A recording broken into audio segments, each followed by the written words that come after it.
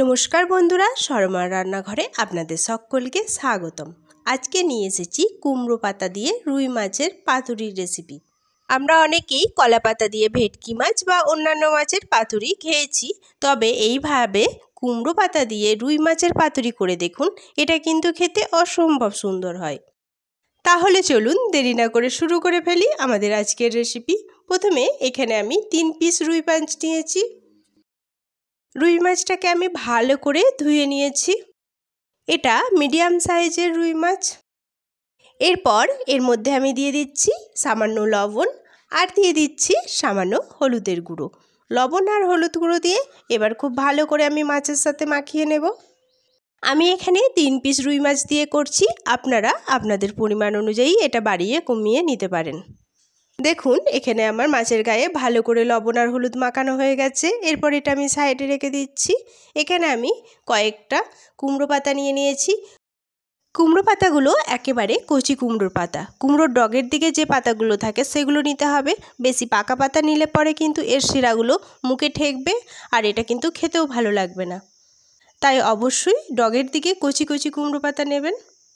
কুমড়ো পাতাগুলো আমি ভালো করে ধুয়ে নিয়েছি। এরপর একটা প্যানে আমি কিছুটা লবণ দিয়ে জল গরম করে নিয়েছি। এই গরম জলের মধ্যে আমি এই কুমড়ো পাতাগুলো একটু ভিজিয়ে নেব। কুমড়ো পাতাগুলো লবণ জলের মধ্যে দিয়ে একটু নাড়াচাড়া করে নেব, জাস্ট চামচের সাহায্যে। এটা বেশি সিদ্ধ করব না, শুধু একটু এইভাবে নাড়াচাড়া করে নেব। এভাবে কুমড়ো পাতাগুলো গরম জলের মধ্যে দিলে এটা নরম হয়ে যায় আর পাতুরি করতেও খুব সুবিধা হয়। জল ঝরিয়ে পাতাগুলো আমি তুলে নিয়েছি। এরপর মশলা করার জন্য আমি একটা মিক্সিং জার নিয়ে নিয়েছি। এর মধ্যে দিয়ে দিচ্ছি 2 চামচ কালো সর্ষে। 2 চামচ কালো সর্ষে দিয়ে এর মধ্যে আমি দিয়ে দিচ্ছি পোস্ত। এখানে আমি 1 চামচ গোটা পোস্ত দিয়ে দিচ্ছি আর দিয়ে দিচ্ছি 1 চামচ সাদা সর্ষে আর 2টো কাঁচা লঙ্কা। এরপর সামান্য একটু জল দিয়ে এটা আমি মিহি পেস্ট করে নেব। দেখুন আমার এখানে পেস্ট করা হয়ে গেছে। এরপর আমি একটা পাত্র নিয়ে নিয়েছি। এই পাত্রের মধ্যে পেস্ট করা সর্ষে আর পোস্তটা আমি দিয়ে দিচ্ছি। এইভাবে রুই মাছের পাতুরি করে দেখবেন, এটা কিন্তু সত্যি বলছি খুব সুন্দর খেতে হয়। দেখুন এখানে আমার পেস্টটা দেওয়া হয়ে গেছে। এরপর এর মধ্যে আমি দিয়ে দিচ্ছি 2 চামচ ফ্যাটানো টক দই, সামান্য হলুদ, সামান্য লবণ আর দিয়ে দিচ্ছি লঙ্কা গুঁড়ো আর দিয়ে দিচ্ছি তেল। এখানে 3 চামচ মতো সর্ষের তেল আমি দিয়ে দিলাম। এরপর এই সমস্ত মশলা আমি খুব ভালো করে মিশিয়ে নিচ্ছি চামচের সাহায্যে। দেখুন এখানে সমস্ত মশলা আমার খুব ভালো করে মেশানো হয়ে গেছে। এরপর আমি যে লবণ হলুদ মাখিয়ে রেখেছিলাম মাছগুলো, সেই মাছগুলো এর মধ্যে দিয়ে দিচ্ছি। মাছগুলো দিয়ে এগুলো এবার হাতে করে এইভাবে মশলার সাথে খুব ভালো করে মাখিয়ে নিচ্ছি। এইভাবে মাছটা আগে থেকে মাখানো থাকলে মাছের ভেতরে মশলাটা খুব ভালোভাবে ঢুকে যায় আর এটা খেতেও খুব ভালো লাগে। দেখুন এখানে আমার মাখানো হয়ে গেছে। এরপর আমি এটা রেখে দিচ্ছি 10 মিনিট রেস্টে। ফিরে আসছি 10 মিনিট পর। দেখুন আমাদের মাছটা খুব সুন্দর সেট হয়ে গেছে। এরপর এটা আমি সাইডে রেখে একটা প্লেট নিয়ে নিয়েছি। এই প্লেটের মধ্যে আমি এখান থেকে একটা কুমড়ো পাতা নিয়ে নিচ্ছি। গরম জলে দেওয়ার ফলে কুমড়ো পাতাটা কিন্তু অনেকটা সফট হয়ে গেছে। কুমড়ো পাতাটা আমি এইভাবে চাড়িয়ে নিয়েছি। এরপর এই কুমড়ো পাতার ওপর দিয়ে দিচ্ছি আমি 1 পিস মাছ আর ওপর দিয়ে দিচ্ছি সামান্য একটু মশলা। এখানে আপনাদের কুমড়ো পাতাটা যদি ছোট হয় তাহলে আপনারা এখানে 2টো পাতাও ব্যবহার করতে পারেন। 2টো পাতা দিয়ে আমি কিভাবে করেছি সেটা পরে দেখাচ্ছি। গ্রেভি দিয়ে উপরে আমি দিয়ে দিচ্ছি একটা কাঁচা লঙ্কা আর দিয়ে দিচ্ছি সামান্য একটু সর্ষের তেল। এরপর আমি কুমড়ো পাতাটা এইভাবে ধরে এটাকে ভাঁজ করে নিচ্ছি। 2 প্রান্ত ধরে এইভাবে প্রথমে ভাঁজ করছি, তারপরে অপোজিট প্রান্ত ধরেও এইভাবে ভাঁজ করে নিচ্ছি। দেখুন এইভাবে সুন্দর করে এটা ভাঁজ করে নিতে হবে। আমার এখানে কুমড়ো পাতাটা একটু বড় ছিল, তাই আমার একটা পাতাতেই কিন্তু শেপ দেওয়া হয়ে গেছে। ছোট হলে এখানে কিন্তু 2টো পাতা ইউজ করতে পারেন।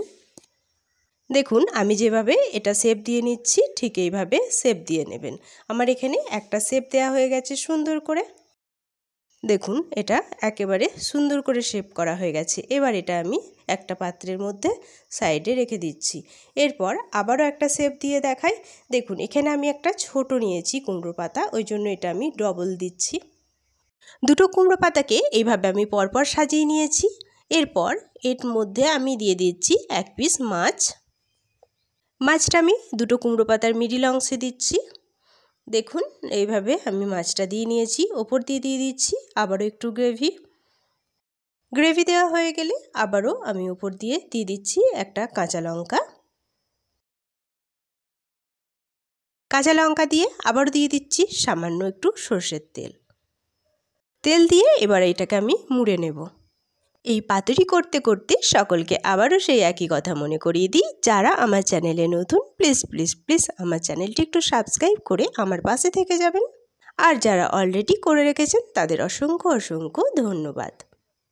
দেখুন এখানে আমি পাতুরির শেপ দিয়ে নিয়েছি, তবে ছোট পাতা বলে অপোজিট সাইডে একটু বেরিয়ে আছে, এই জন্য ওপর দিয়ে আমি আবারও একটা পাতা এইভাবে দিয়ে দিচ্ছি, দিয়ে এটাকে মুড়িয়ে নিচ্ছি।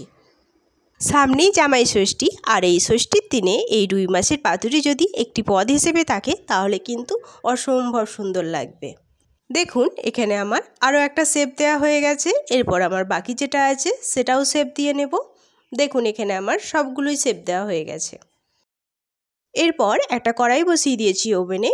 এই কড়াইয়ের মধ্যে আমি এই পাতুরিগুলো এরপর একটা একটা করে সুন্দর করে সাজিয়ে দেব। সবগুলো পাতুরি আমি সাজিয়ে দিচ্ছি। দেখুন এখানে আমার সবগুলো পাতুরি খুব ভালো করে সাজানো হয়ে গেছে। এরপর এর ওপর দিয়ে আমি দিয়ে দিচ্ছি সামান্য একটু জল। জল দিয়ে মিডিয়াম আঁচে এটা আমি 2 মিনিট ঢাকা দিয়ে রান্না করে নেব। ফিরে আসছি 2 মিনিট পর, ঢাকাটা খুলে দেখিয়ে দিচ্ছি। দেখুন পাতুরিটা কিন্তু অনেকটা এক পিঠটা সিদ্ধ হয়ে গেছে আর জলটাও শুকিয়ে এসেছে। এরপর আমি এর উপর দিয়ে দিচ্ছি সর্ষের তেল কিছুটা।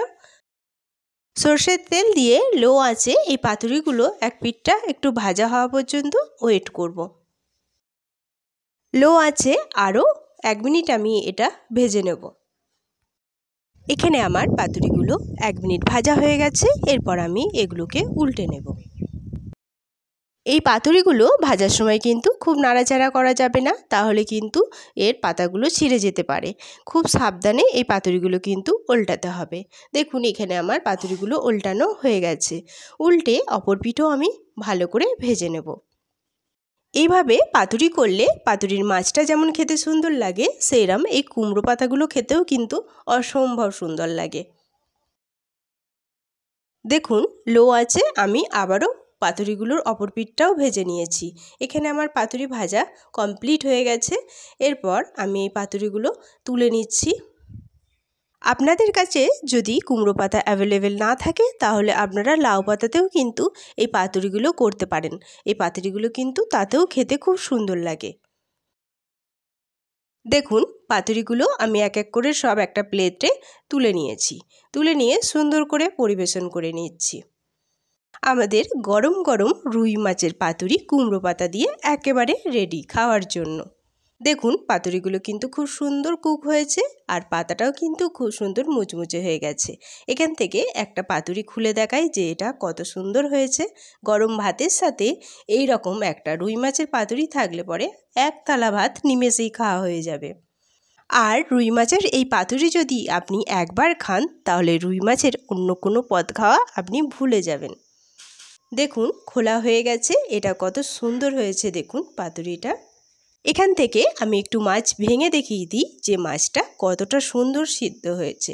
দেখুন হাতে করে এইভাবে ভেঙে দেখিয়ে দিচ্ছি, মাছটা কিন্তু খুব সুন্দর সিদ্ধ হয়ে গেছে। আপনারা কে কে আমার মতো করে এইভাবে রুই মাছের পাতুরি বাড়িতে তৈরি করেন অবশ্যই কমেন্টে জানাবেন। আর আমার রেসিপিটি কেমন লাগলো তা কমেন্টে জানানোর অনুরোধ রইল। আজ এই পর্যন্তই, দেখা হবে আবারও একটা নতুন রেসিপি নিয়ে। ততক্ষণ সবাই সুস্থ থাকবেন, ভালো থাকবেন। সকলকে অনেক অনেক অনেক ধন্যবাদ।